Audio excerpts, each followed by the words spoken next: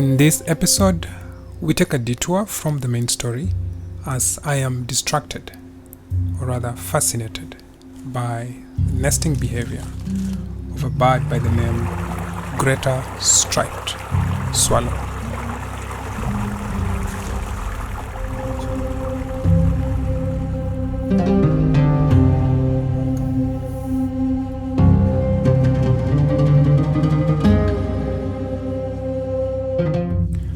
As I arrive, my intentions are clear, but not certain on what will come my way on this day.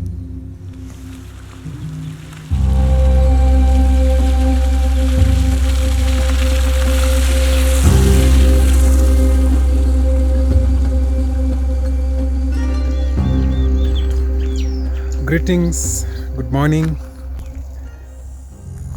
Today is the second day I'm following the Diederic Cuckoo. As I say, every time I come here, something different happens. So now I've just got in and it rained last night, good rain. And there's this pool of water down here. And I spotted, wait, it's coming back again, come on. Okay, it saw me. I spotted a throated swallow. Look, I'm not so good with the names. I have to refer on my field guide, but I know it is a swallow. It's building its nest because it's picking mud, soft sand from its beak. It's going with it.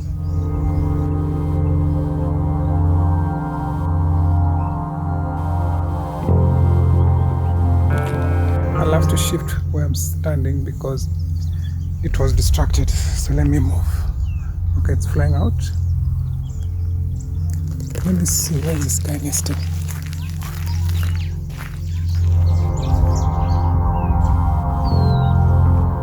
So I managed to get the nest, and it's such an amazing piece of art.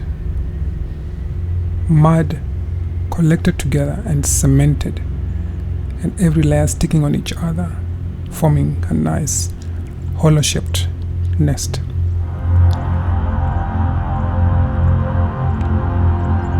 My reference is from Sasol's Birds Book of South Africa, 4th edition. On page 297, as per the outward looks of the bird, that should be a greater striped swallow. And that's characterized by its lesser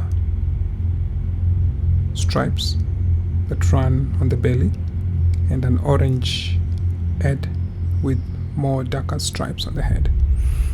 It almost looks similar to the lesser striped swallow. So for this I take the greater striped swallow.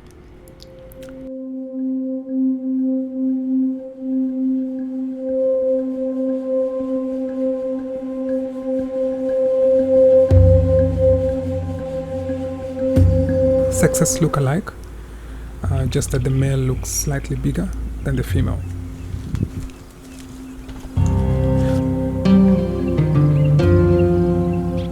So one thing I discovered with these birds is that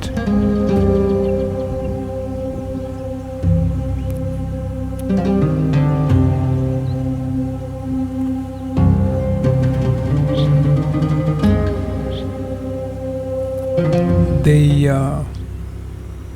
were taking care of each other. It was more of a couple, and that's the male sitting on top of the branch as it waits for the female to pick its portion of mud, and then they fly back together into the nest. It hits the ground quite hard and gets a nice scoop of soft sand.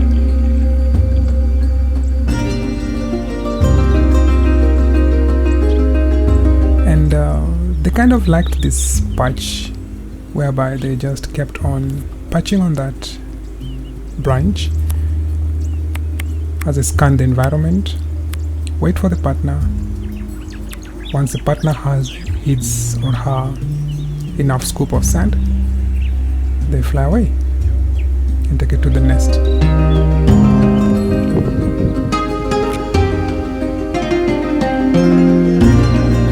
I managed to capture this shot and that, and the final one just for my archive record keeping.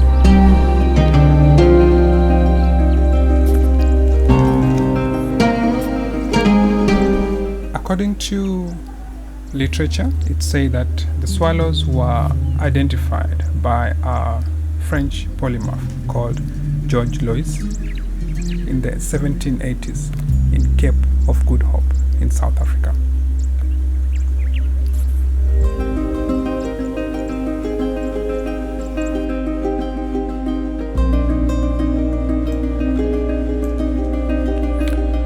So I'm capturing all this activity going on the background with a telephoto lens, and that is a Canon 600mm f4 Mark III. And just for maximum magnification or reach, I add in a 1.4 times teleconverter, and that gives me a very good image separation with background blur, as you can see. But then an idea strikes my mind, and I decide to plant a secret camera. There it is, and that is a cell phone. It's sitting on a ground tripod, basically a flexi pan, and my aim is to capture some wide landscape kind of video of the birds interacting or picking the mud. My first attempt fails. The bird goes behind the cameras. Then I have to plant a secondary camera again on the ground. This time I have to change my positions, so I move the cell phone on the right and include this other B cam with a 35mm, and managed to get focus using the Canon Wi-Fi app that I control the focusing and basically all the camera controls from my cell phone.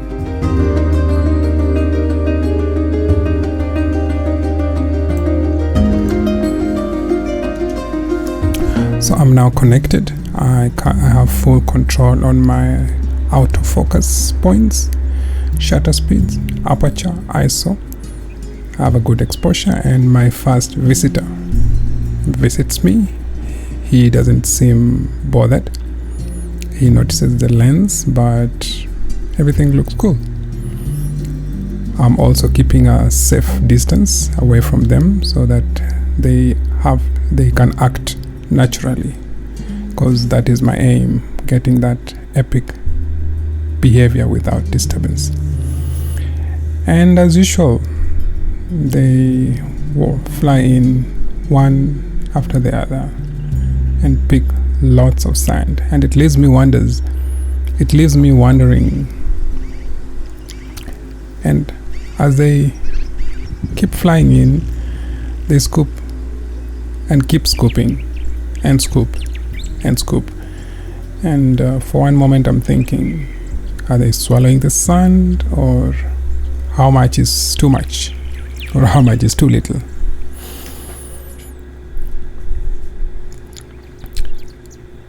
Yeah.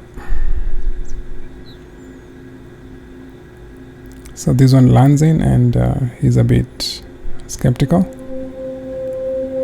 but he proceeds to continue doing his job.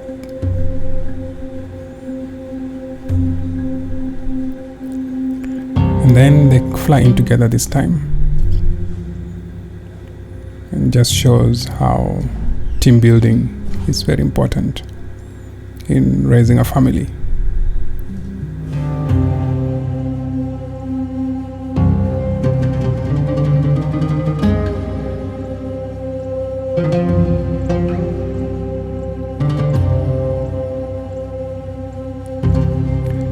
one thing you come to learn about birding is that birding teaches you how to be patient.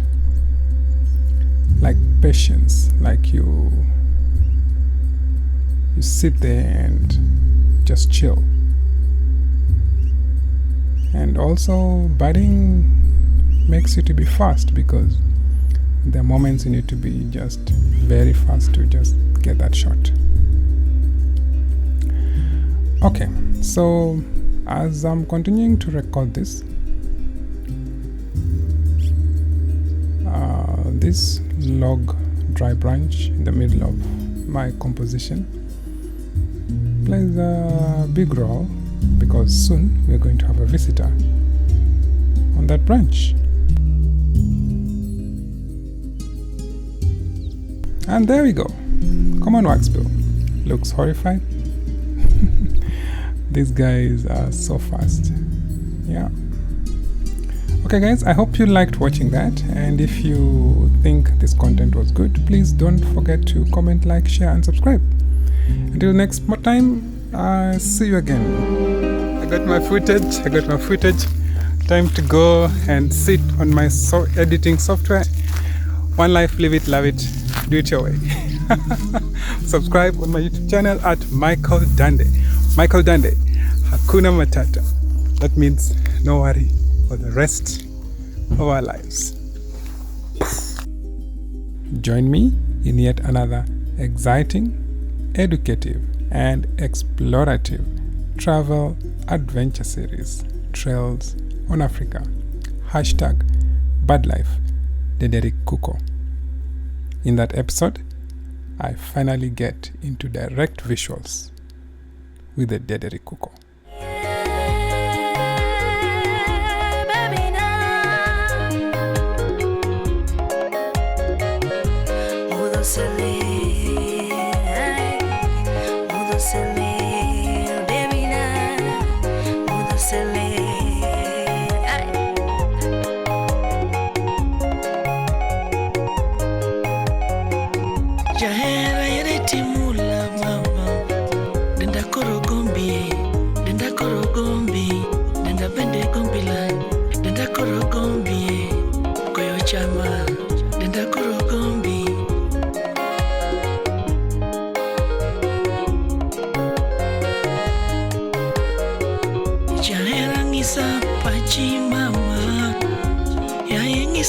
Pachi mama, kitima tima tatumu mama, kimi wacha biro tumu mama, kiwacha wacha tatumu.